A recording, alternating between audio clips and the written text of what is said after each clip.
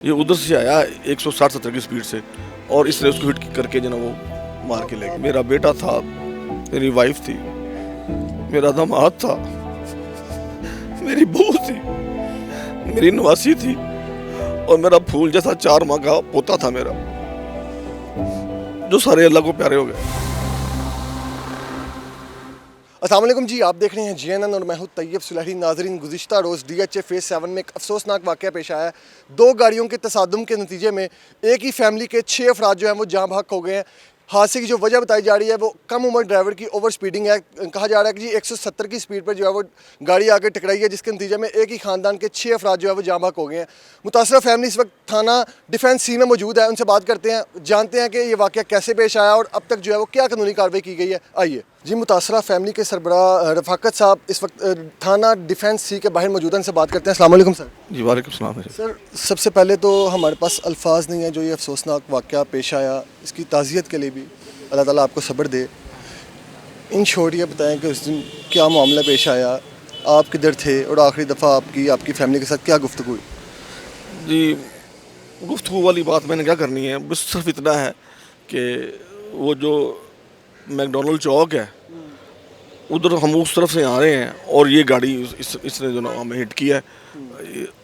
Speed breaker से slow की है बेटे ने गाड़ी, हम उसके पीछे हैं। ये उधर से आया 160-70 की स्पीड से और इसने उसको हिट करके जो ना वो मार के ले गया। अपनी बेटी के ससुराल से आ रहे थे गालिबन, 2 गाड़ियों में थे आप? 2 गाड़ियों में थे। हाँ जी। एक गाड़ी में जो आप थे, आपकी गाड़ी को तो हिट नहीं किया? नहीं अच्छा, नहीं, जो दूसरी गाड़ी में थे कितने अफराद थे और आपकी फैमिली के कौन कौन लोग थे? उसमें 6 अफराद थे।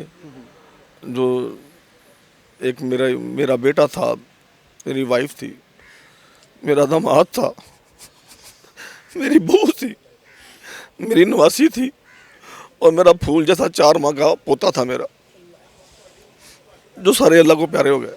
अच्छा, जब गाड़ी हिट की तो आपकी आंखों के सामने ये सारा मंजर? जी बिल्कुल, मेरी आंखों के सामने में।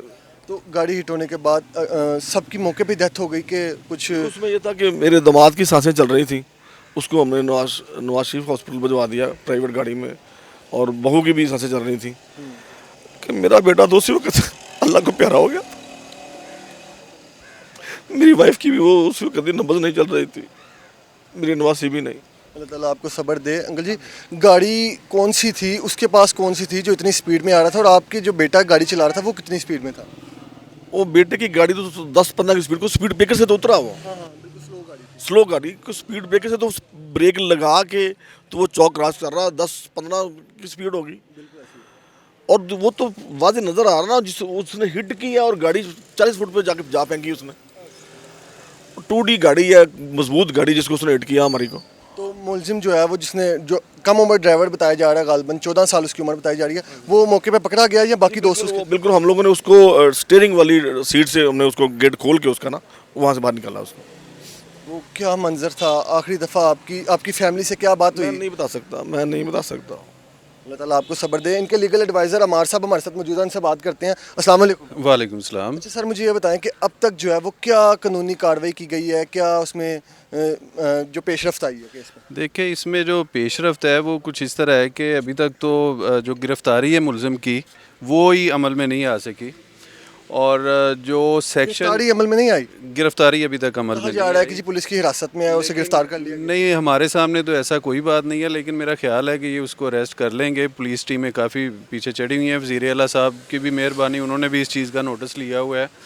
इसके अलावा जो मेरी बात करने की है वो ये है कि FIR जो है ये बड़ी एक कमज़ोर सी है। 322, हालांकि उस बंदे ने, वो जो बच्चा है, उसकी पहले तकरार हुई है इस फैमिली के साथ और उसने दानिस्ता तौर पर जानबूझकर इस गाड़ी को हिट किया है। जानबूझकर हिट किया, और जब नियतन इस तरह किया जाए तो फिर 322 का तो कंसेप्ट ही नहीं है।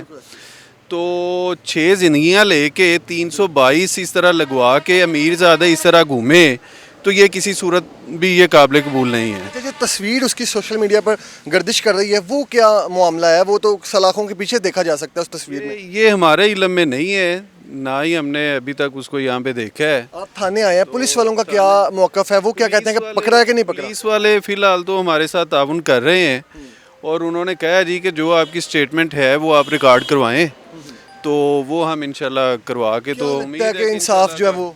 हमें उम्मीद है इंशाल्लाह, पुलिस से भी उम्मीद है, वज़ीर आला साहब से भी उम्मीद है कि इंशाल्लाह इंसाफ मिलेगा इस फैमिली को। तो एफआईआर की जो आप कह रहे हैं कमज़ोर है, उसकी क्या दफ़ात चेंज होने जा रही हैं, क्या वो दफ़ात हम- आला हुकाम की जानिब से क्या नोटिस किया? हम अपनी तरफ से तो कोशिश कर रहे हैं कि जो असल वकूआ है उसकी बाबत जो भी दफ़ा कानून के मुताबिक बनती है वो लगे।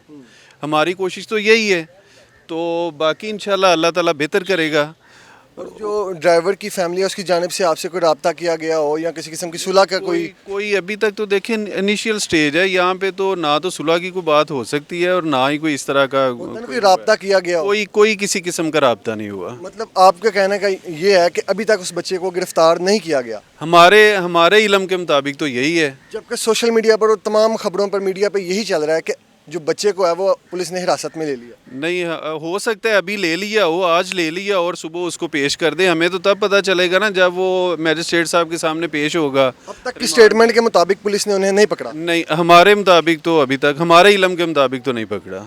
क्या आला हुकाम से आपकी क्या अपील है? फैमिली तो ज़ाहिर है उनका दुख बहुत बड़ा है, उनसे बोलना नहीं जा रहा। आप क्या समझते हैं कि क्या होना चाहिए इसके ऊपर, और आपकी क्या जो है वो? एक्चुअली इस हवाले से जो है ना, पाकिस्तान में जो लॉ है इस हवाले से वो बड़ा वीक है। अब देखें ना, सिर्फ इंटेंशन के फ़र्क की वजह से 302 और 322 320 में जो फ़र्क है वो सिर्फ नीयत और इरादे का है। अगर आप इरादतन किसी को मारते हैं तो वो 302 लग जाती है। अगर आप इरादतन उसमें शो ही नहीं करते तो वो 322 या 320 के ज़िम्मे में आ जाता है। तो ये कानून साजी की ज़रूरत है हमारी। इनका क्या कहना है कि 302 लगनी चाहिए?